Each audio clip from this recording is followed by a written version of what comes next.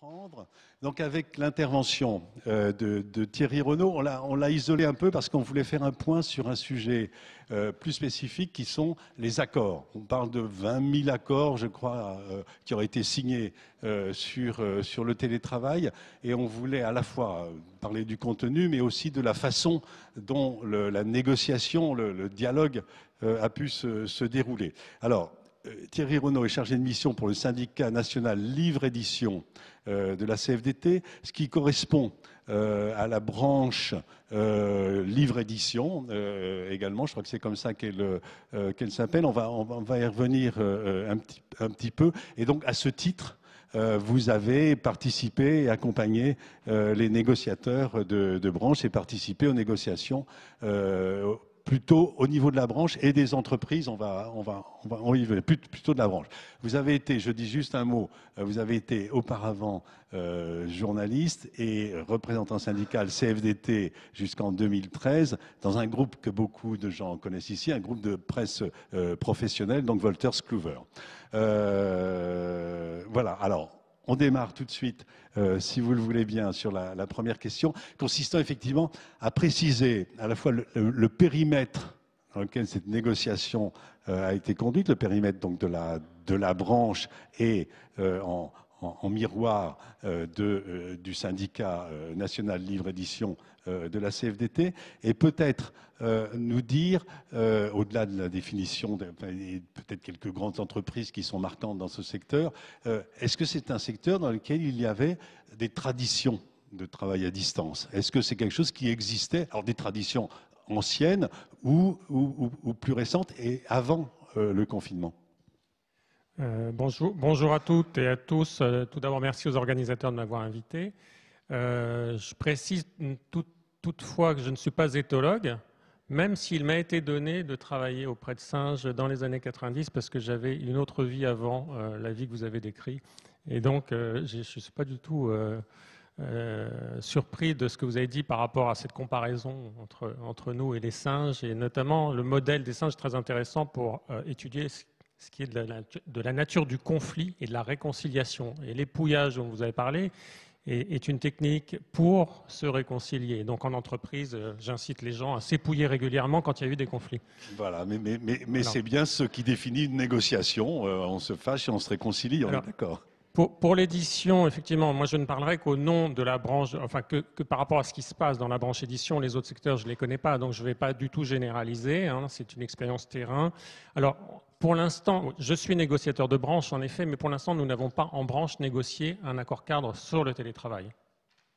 Pour l'instant, ça ne se situe qu'au niveau des entreprises. Les accords télétravail, c'est uniquement au niveau des entreprises. Elles ont démarré fortement depuis le début de l'année 2021, même un petit peu avant. Il y avait des discussions. Ça a essentiellement commencé dans les grands groupes d'édition, les plus grands, que vous connaissez peut-être, hein, Hachette, Editis, Madrigal. Et dans les petites, ça vient tout doucement, mais pour l'instant, il n'y a pas grand-chose. Hein. Donc c'est vraiment les grands groupes qui s'emparent de cette négociation. Pour le coup, il y a une grande originalité aussi, c'est que cette négociation, on parle de travail à distance, mais on parle maintenant de négociation à distance, puisque l'ouverture des négociations se sont faites dans un contexte où les gens étaient encore fortement en télétravail, y compris les représentants syndicaux. Donc voilà, on inaugure la négociation à distance, avec évidemment au départ un certain nombre de craintes, puisque cette distance, c'est aussi... Moi, c'est une question que je pose en fait quand je lis le titre, le travail éloigné ou le travail à distance, c'est à distance de quoi ? À distance de qui? Parce que moi, quand je travaille, je suis toujours à proximité de mon travail, même si c'est chez moi. Par contre, je suis à distance de quelque chose d'autre. Et là, en l'occurrence, dans la négociation, ce qui est important, c'est que les partenaires sociaux qui vont négocier sont à distance, eux, des salariés. Et c'est très souvent le problème d'ailleurs de la négociation, c'est qu'il y a des représentants qui négocient pour les salariés avec des directions d'entreprise. Mais où sont les salariés dans tout ça? Donc il y a toujours un lien qui se fait entre les négociateurs et les salariés, mais c'est jamais simple. Et là, dans le contexte actuel où ils sont à distance, c'est encore plus compliqué. C'est ce qu'on aurait pu penser au début de l'ouverture des négociations. Et en fait, ça ne s'est pas vraiment passé. C'est-à-dire qu'en fait, les négociateurs, notamment les représentants syndicaux, ont vraiment sollicité les salariés à distance par le biais de sondages, notamment, hein, dans le groupe Hachette. Les salariés ont été, même en amont de la crise sanitaire, il y avait déjà eu une démarche, il y a eu des sondages dans tous les groupes, ce qui a permis de vraiment sentir ce que voulaient ou ne voulaient pas les salariés. Et par ailleurs, comme les salariés étaient très dans l'attente, en tout cas dans l'édition, sont très dans l'attente du télétravail, ils venaient spontanément au contact de leurs représentants pour avoir de l'information. Alors, c'est quand? C'est bientôt signé, etc. Est-ce que je vais pouvoir avoir un écran? Je vais avoir une indemnisation ou pas, là? Parce que ça fait 6 mois, on n'a rien. Donc, le fait qu'ils étaient dedans les a rapprochés. Donc, finalement, cette négociation à distance s'est fait quand même en proximité des salariés. Ça, c'est voilà, quelque chose de très intéressant. On va revenir sur le contenu des accords. Mais auparavant, je voudrais quand même que vous répondiez à cette question. S'il y avait un tel appétit des salariés, tel que vous la décrivez, c'est quoi? Il y avait déjà on imagine que dans les métiers du livre en question, finalement, le travail à distance, c'était majoritairement, c'était comme ça que leur travail s'organisait. Est-ce que j'ai faux ou j'ai vrai? Alors, dans l'édition, vous avez historiquement déjà des gens qui travaillent à distance. Vous avez 2 catégories. Alors, vous aviez le télétravail. Avant la crise sanitaire, il y avait déjà du télétravail, mais qui n'était pas encadré par des accords d'entreprise, qui était en général le fait d'accords de gré à gré entre le salarié et l'employeur. Des avenants étaient signés, voilà. Donc, c'était très ponctuel parce qu'on avait dans les maisons d'édition une défiance. Alors, je ne sais pas si c'est une défiance, j'utilise ce mot, mais il n'est peut-être pas tout à fait propre. En tout cas, on ne voulait pas trop généraliser le télétravail. Les managers, vous savez, la chaîne du livre, c'est important. Hein. Le livre, c'est vraiment une chaîne du livre. Hein. Ça se suit. Hein. Donc, les managers aiment bien avoir leurs équipes sous le bras. Hein. Et les directions n'étaient pas forcément prêtes à laisser partir les salariés. Télétravail, c'est du travail devant la télévision, je ne sais pas. Donc, pas tellement, mais il y en avait. Par contre, il y a 2 populations historiques de salariés des maisons d'édition qui travaillent à distance. Ce sont les itinérants, les travailleurs itinérants, c'est-à-dire les commerciaux. C'est ces gens qui vont présenter les livres, les nouveautés aux libraires ou aussi ce qu'on appelle les délégués pédagogiques qui vont présenter les livres aux maîtres d'école, voilà, qui vont un peu dans les écoles. Donc ces gens-là, ce sont des gens qui sont sur la route, qui font un travail à distance du bureau et qui n'ont pas de bureau d'ailleurs, hein, qui n'ont pas de bureau et qui ont forcément un travail administratif, remplir les bons de commande, etc. Et donc ce travail administratif, ils le font chez eux. Donc, mais ils ne sont pas télétravailleurs à proprement parlant. Ils ne sont pas VRP non plus, ils n'ont pas non plus le statut de VRP, mais ils sont des commerciaux itinérants. Et à ce titre, ils ont certains statuts, certains avantages, certains désavantages. Et puis vous avez une autre population aussi historique qui est constituée des correcteurs. C'est ces personnes à qui on fournit les manuscrits et qui vont corriger les textes, qui vont les préparer pour ensuite qu'ils soient mis en page. Ces gens-là aussi historiquement sont des travailleurs à domicile, TAD, travailleurs à domicile. Le Code du travail leur dit une partie spécifique. Ils ont un statut très spécifique. Ce sont des gens qui sont payés à la tâche. Ils n'ont pas un volume de travail constant. Ils peuvent avoir un mois avec quelques heures, un mois avec 1600 heures. Donc c'est pour eux une situation de relative précarité parce qu'on ne sait pas de quoi ce sera fait demain. Hein. Notamment pendant la crise sanitaire, c'était compliqué pour eux. Mais ce sont des travailleurs à distance, à domicile, c'est marqué dessus. Hein. Voilà. Ils ne sont pas télétravailleurs. Et avec l'avènement aujourd'hui du télétravail qui se généralise un peu plus, on va avoir 3 catégories dans l'édition de salariés qui sont à distance et qui ont des statuts différents et ça va poser des grands problèmes.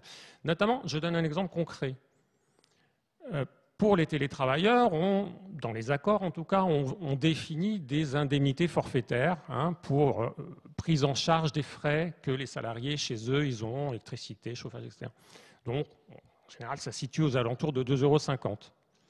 Pour les travailleurs à domicile, que sont les correcteurs, eux, ils ont des frais d'atelier qui sont prévus par la convention collective, des frais d'atelier de l'ordre de 7% hein, de leur rémunération. Enfin, je dis en gros, hein, c'est plus compliqué que ça, mais ils ont des frais d'atelier.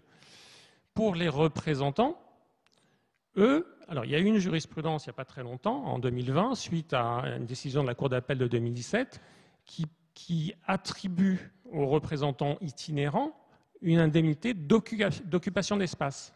Parce que dans la plupart des maisons d'édition, ces représentants n'avaient pas d'indemnité d'occupation d'espace. Pour autant, ils ont des livres, des cartons, ils les stockent chez eux. Quand ils font du boulot administratif, c'est chez eux. Là, le juge a dit indemnisation, et cette indemnisation est... Le juge a dit 60 € par mois. 60 € par mois, 720 € par an, ce qui est bien au-delà des 2,50 des télétravailleurs. En tout cas, oui, en tout cas, ça veut dire que les trois catégories vont être maintenues.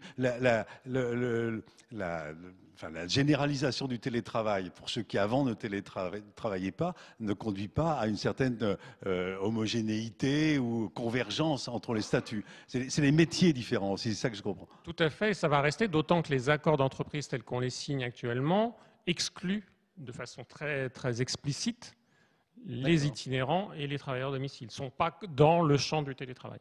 C'est dit en préambule. On pointe souvent l'inégalité avec ceux qui ne peuvent pas télétravailler, mais là c'est une inégalité avec ceux qui déjà travaillaient à domicile. Mais c'est aussi des enjeux dans les entreprises après de maintenir malgré tout quelque chose qui ressemble à un collectif d'entreprise.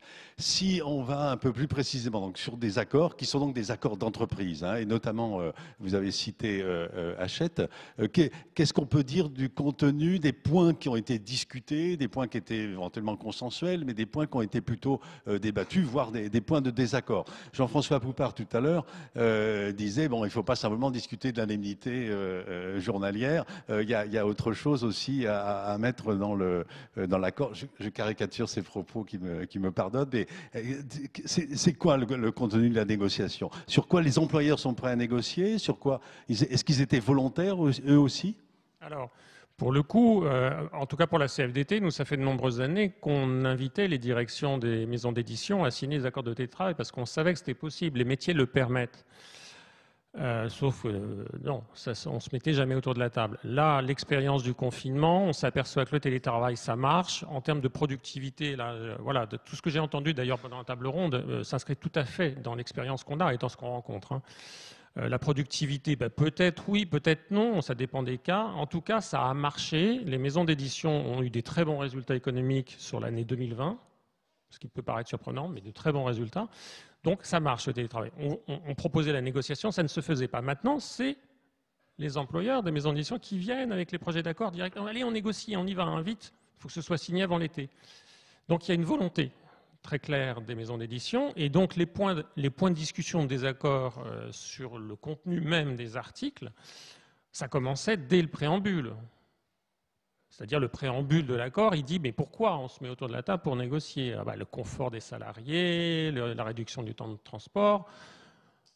Et puis on oubliait un peu l'intérêt de l'entreprise où on ne le disait pas trop. Donc nous on a dit mais c'est aussi un facteur d'attractivité pour l'entreprise d'avoir du télétravail. Là, si vous recrutez évidemment, c'est peut-être plus intéressant s'il y a une possibilité de télétravail. Et puis il y avait aussi pour certaines entreprises qui elles pour le coup étaient cash et disaient les choses, bah, nous on veut réduire l'espace. On veut optimiser les espaces, on veut faire des économies. Alors là, nous, on disait non. On fait un accord de télétravail. Si derrière, vous avez un projet d'entreprise de réorganisation des espaces, c'est autre chose. Vous ouvrez une consultation, vous faites votre projet. Voilà. Donc il y avait parfois un mélange des genres. Donc déjà, dans le préambule, il y avait déjà des lieux de difficulté. Et ensuite, ben, on a regardé les différents points concrets de l'organisation du télétravail. Avec pour nous, la CFDT livre. On s'était mis un certain nombre de points un peu rédhibitoires.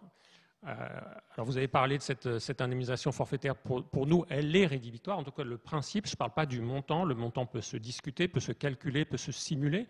Mais le principe, il nous paraît hyper important parce que c'est une réalité. On l'a vu. Hein, on a fait faire des simulations parfois sur les économies réalisées par les entreprises pendant la période du confinement et puis les dépenses prises en charge par les salariés chez eux. Il y a vraiment quelque chose qui se passe, quoi. Il y a un transfert de dépenses. Et donc, il faut le reconnaître, il faut le prendre en charge. Donc ça, c'était rédhibitoire.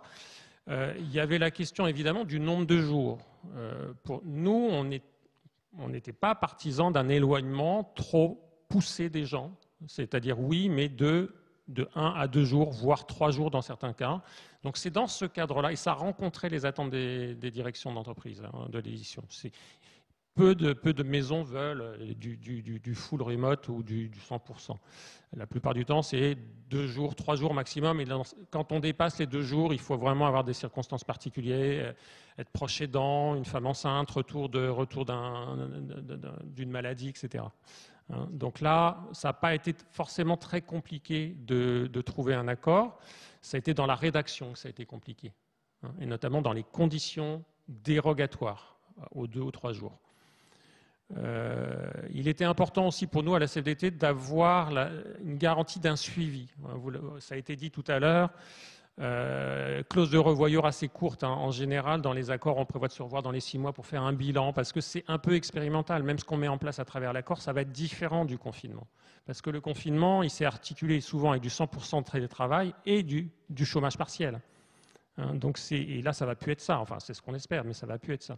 Donc, période expérimentale, avec soit des accords qui sont signés pour des durées déterminées avec clause de revoyure à 6 mois, soit il y a un accord groupe qui est signé déjà à durée indéterminée, mais avec clause de revoyure. D'accord, donc une situation qui n'est pas stabilisée non plus, un peu, c'est ça que j'entends. Oui, c'est vraiment l'idée des négociateurs, c'est de dire on va se revoir. D'accord. On va devoir adapter, peut-être qu'on va devoir adapter. Et ce que j'entendais aussi, c'est que ce que citait Daniel dans son introduction, c'est que ça met le travail et les questions liées au travail lui-même sur la table, c'est pas si évident.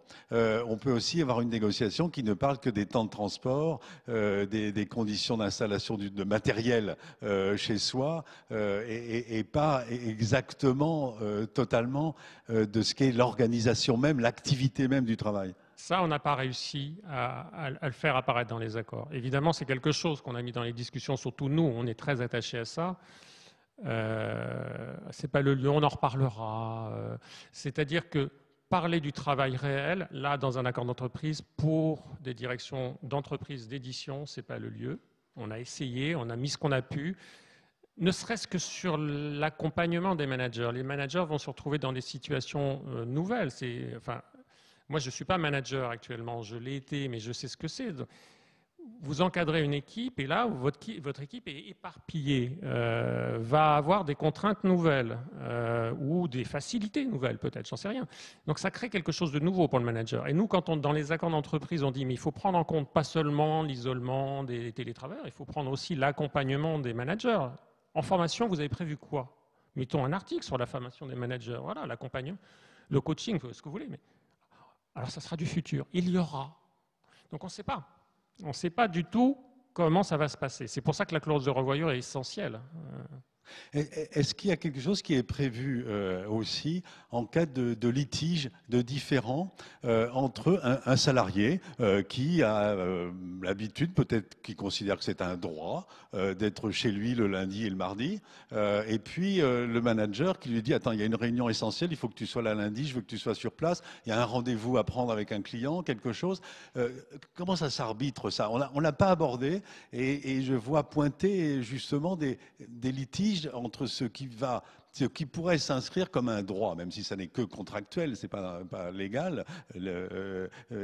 Comment on fait? Est-ce que ça peut devenir un droit acquis pour les salariés? Alors, déjà, nous, on a été vigilants pour vraiment faire comprendre aux salariés, justement, que ce n'était pas un droit acquis. Et il y a des clauses de réversibilité dans tous les accords de télétravail. C'est-à-dire, on signe du télétravail, mais la réversibilité est acquise pour les deux parties. L'employeur peut dire, selon un délai de prévenance, c'est fini, tu reviens au bureau, et vice-versa. Sauf qu'un employeur qui a réaménagé les espaces et qui a divisé le nombre de bureaux par 2, il va être en difficulté pour dire à ses équipes, tu reviens.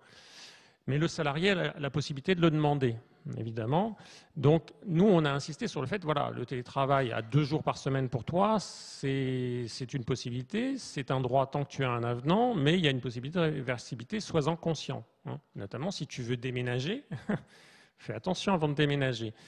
Donc ça, oui, je pense qu'ils le savent. Après, il y a la question des jours. Quel jour? Je suis en télétravail, quel jour? Alors là, on essaie dans les accords d'être relativement souple et de coller à la réalité des contraintes des services. Parce qu'il y a des services qui ont besoin que les équipes soient plus là tel ou tel jour. Donc là, ça se décide soit par... Ça dépend des accords, il y a un petit peu de tout là. Hein. Soit on a fixé d'emblée, c'est lundi, vendredi, par exemple, mardi, jeudi. Soit il y a une souplesse, décision collégiale entre le manager et les salariés. On sait que ça, c'est toujours compliqué parce que le rapport de force n'est pas forcément en faveur du salarié. Il y a un petit peu de tout de ce point de vue-là sur les jours choisis, posés réellement en télétravail. Il est prévu qu'il y ait une instance oui. qui puisse trancher. Alors nous, ça c'est un des points rédhibitoires. Nous, on veut une commission de suivi et de recours. Et de recours. De suivi pour le suivi de l'application des dispositions de l'accord et de recours en cas effectivement de malentendus, de différends d'interprétation ou d'une demande refusée.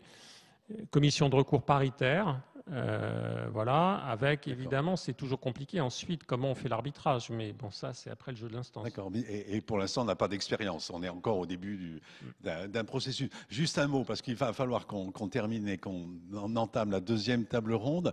Si on doit tirer un bilan et qui nous projetterait un peu vers le futur, est-ce que le bilan c'est effectivement plutôt de dire ça va renforcer le dialogue professionnel, ça va renforcer les discussions qu'on a pu avoir, et ça c'est très positif, ou est-ce que le bilan c'est on est en train de foncer tête baissée pour des raisons qui sont externes au travail, hein, c'est-à-dire les mètres carrés de bureaux à économiser, le temps de trajet économisé. Comment on peut aujourd'hui commencer à dessiner les plus et les moins?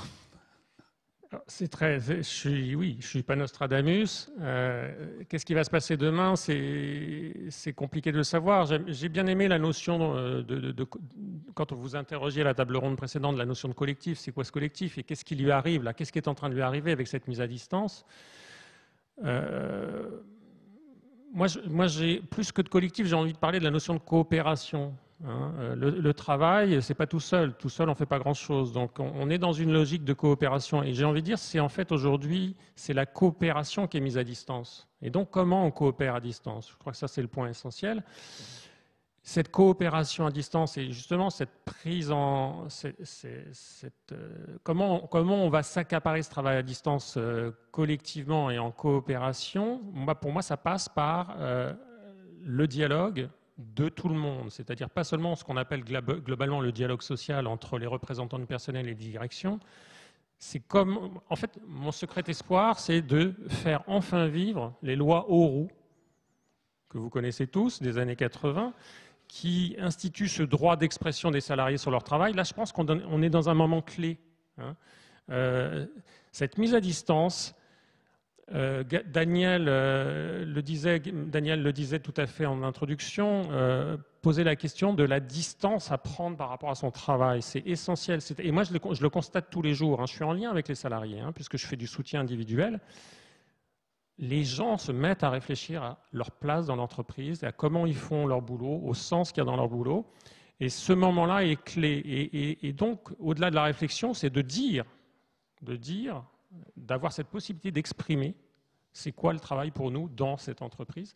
Et donc, ça peut passer par une revitalisation des rois Auroux. Et moi, j'invite tous les représentants syndicaux que je soutiens à réactiver ces processus et de créer des espaces de dialogue dans l'entreprise. En édition, ça n'existe pas. Je sais qu'il y a dans certaines branches professionnelles, on a mis en place des espaces d'expression des salariés. Chez nous, il n'y en a pas. Et là, moi, je milite pour ça et c'est un peu mon espoir. Pour bien faire vivre le travail à distance, il faut que les salariés puissent en parler. Merci. On va terminer sur cet appel à faire vivre les lois Auroux. Merci beaucoup, Thierry Renaud.